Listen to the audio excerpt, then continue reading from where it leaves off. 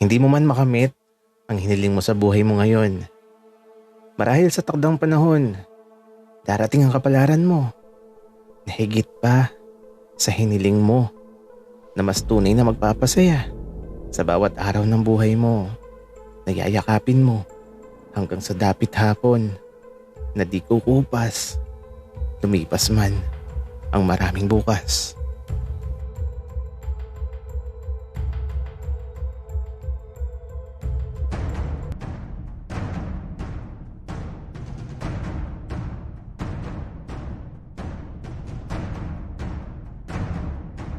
Kaibigan, huwag mong kalimutan mag-subscribe sa aming channel at huwag din kalimutan i-click ang notification bell at subscribe button. Subscribe na!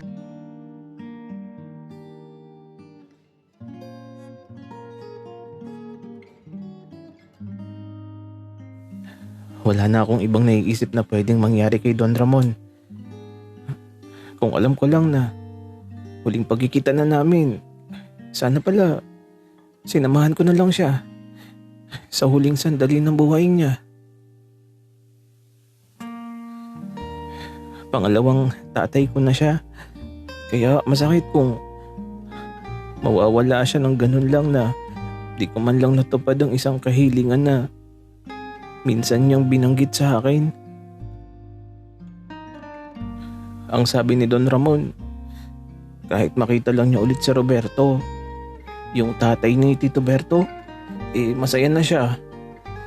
Yun lang ang huling kahilingan niya. Paano pa mangyayari yun?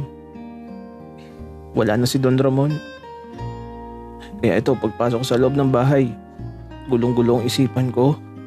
At di ko na alam kung anong uunahin ko. Basta, dumiretso na ako sa silid ni Don Ramon. Pagpasok ko sa silid, ala, si Don Ramon, nakatanaw sa bintana. Tila ba may pinagmamasdan sa labas? Pero teka, sino tong katabi niya? Akala ko pa naman namatay na siya. Pero sino tong katabi niya na nakatanaw din sa bintana? Sayang ang luha ko.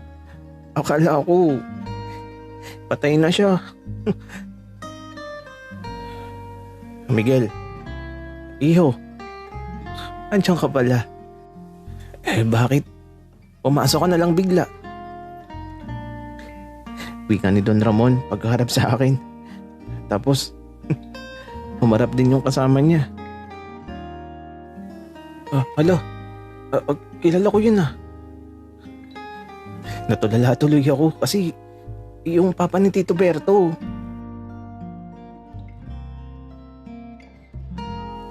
Oh, iho.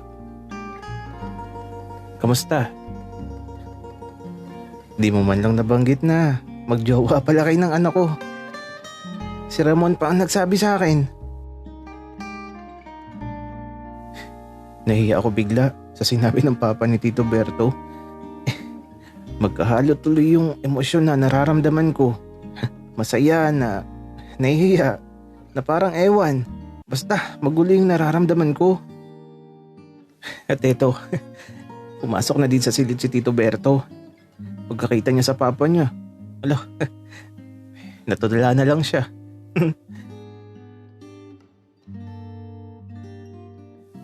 Anak, kamusta ka? Wika ng papa ni Tito Berto.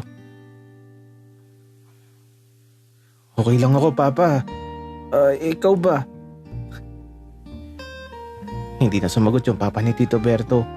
Sa halip, nilapitan siya nito at niyakap ng napakahigpit.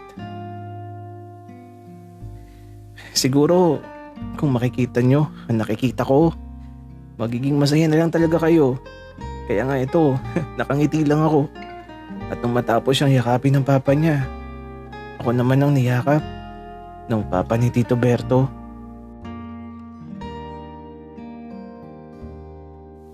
Miguel, iho, alagaan mo ang anak ko ha. Bunso ko yan. Kaya dapat mahalin mo siya ng sobra-sobra. Mga salitang sinabi ng papa ni Tito Berto habang nakayakap sa akin. Kaya matapos ang mahigpit na yakap, ngiti lang ang naisagot ko. Kasi naman, sobrang saya ko talaga. Oh, tama na ang drama. Dapat masaya na ang lahat. Wika ni Don Ramon. Akala ko talaga namatay na siya. At aba, may handaan daw na magaganap kasi masaya daw siya. At napansin ko din, parang masiglang-masigla si Don Ramon. Kakaiba ang kanyang mga ngiti. Tapos, ayun, masayang-masaya ang dalawang matanda. May mga pinag-uusapan sila sa nakaraan, tapos tatawa sila ng malakas. At ang pinaka nagpangiti sa akin, aba, si Don Ramon. May paghalik pa sa pisngi ng papa ni Tito Berto. Ala, sana all. Miguel, baka naiinggit ka. Tara sa kwadra ng kabayo. At Tito Berto, ano ka ba? Napaka-el mo. Mamaya na lang pag-uwi. Pita ako naman. Kaya lang, di talaga nakapagpigil si Tito Berto. Dinala niya talaga ako sa kwadra ng kabayo. At alam niyo na ang nangyari. Nagdasal ako ng malala. Matapos magdasal, bumalik na kami sa handaan at aba, madaming bisita ang dumating kahit biglaan. Mga kaibigan ng dalawang matanda na tila ba reunion ang nangyari. Kaya naman kapag nakikita ko sila, sana umabot din ako sa ganong edad. Yung kahit matanda ka na, di pa din nawawala yung pagmamahal mo sa isang taong pipiliin mong makasama hanggang sa huling sandali ng buhay mo.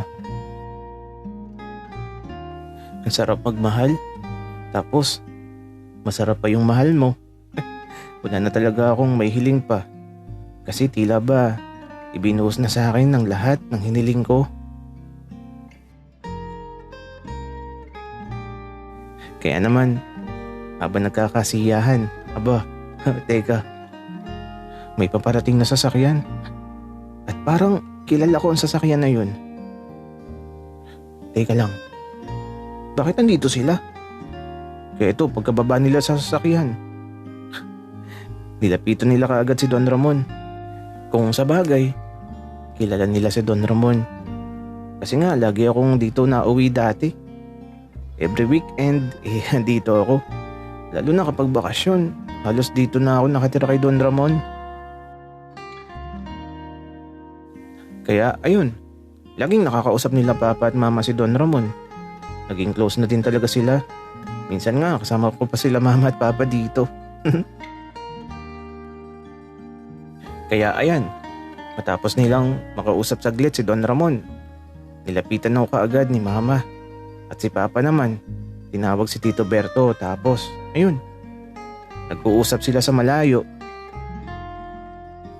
Ano kayang pinag-uusapan nila? Sana naman huwag pagbantaan ni papa si Tito Berto. Anak, nakauwi ka na pala. Di ka man lang nagsabi.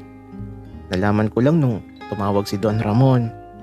Nandito ka daw at pinapunta niya kami dito kasi may handaan daw. Nagbalik na pala ang jowa niya, anak. Parang ikaw. Nagbalik na din ang jowa. Mama, kalmahan mo lang. Tsaka, di na ako uwi ha. Dito na ako titira. Aba anak, umuwi ka naman kapag may okasyon. Pero teka, may mga dala akong regalo para sa'yo. Kaya ito, may ibinigay sa akin si mama na paper bag. Pagsilip ko, aba, napakadaming kondom. Tapos, pampadulas. Mama, ano to? Para kang sira. Anak, para walang daplis. Pasok agad. Mama, napaka-OA mo. Ay naku. Anak, papa mo ang bumili niyan para sa'yo. Nagtanong pa nga siya dun sa mga bakla sa kanto natin kung ano daw ang kailangan ng lalaking nagdadalaga. Wika ni mama. Natatawa na lang ako. Napaka-supportive naman ata masyado ni Papa. Pero okay na din. Magagamit ko yung pampadulas. Susubukan ko mamaya. Pero teka, ano kayang pinag-uusapan ni Papa at ni Tito Berto? Andun kasi sila sa malayo. Ay naku, wag naman sanang pagbantaan ni Papa si Tito Berto. Kasi sabi ni Papa dati, kapag daw nagkita sila ni Tito Berto, sisiguraduhin daw niyang di na ako ulit iiwan ni Tito Berto.